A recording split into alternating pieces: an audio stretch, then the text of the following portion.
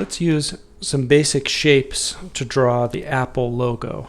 We can use the sketch position to draw a little circle and a square. Basic shapes, remember, circle and a square. All right. And then we can split it down the middle so we get some symmetry. And then there's a dip at the top of the apple. And the apple's bulbous here and here. And then it tapers down. And look, think back and look. When you look at the Apple logo, compare this dipsy-do and this dipsy-do. And you can also compare, so this part, this shoulder is big, and then these points down here are smaller, more tapered points down here. So those are things to observe when you're looking at objects.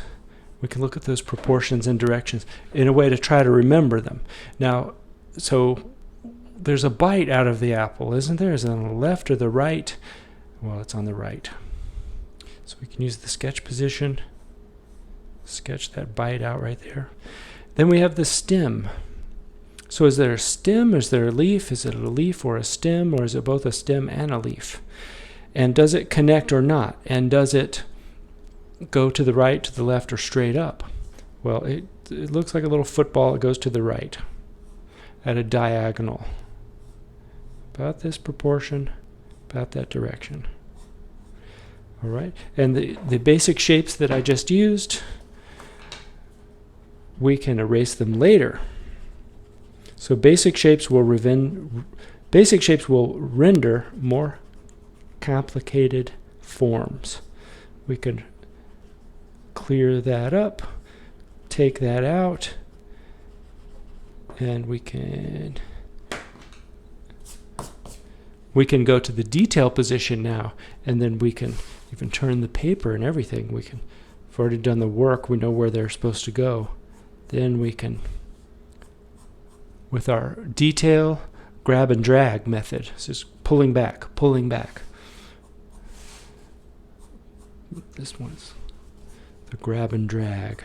So the channels are already there, and here I'm just hammering it home. The decisions are made, the template is down there, and I can turn the paper, turn my hand to get to the power position. All right, so notice I turned it this way. The power position is the position that's comfortable for you. And I could, if it was a blank page, I couldn't turn it to do that work. I have to have the structure there first. And I've got to say that apple's not too bad. Now, I was looking at something over here while I did that. So when we do these memory drawings, when you look at something like common images like a Coke can or Texas or apple, could you draw it from memory? And what about it? What features are important to remember? Size, scale, direction, proportion. Does it connect or not?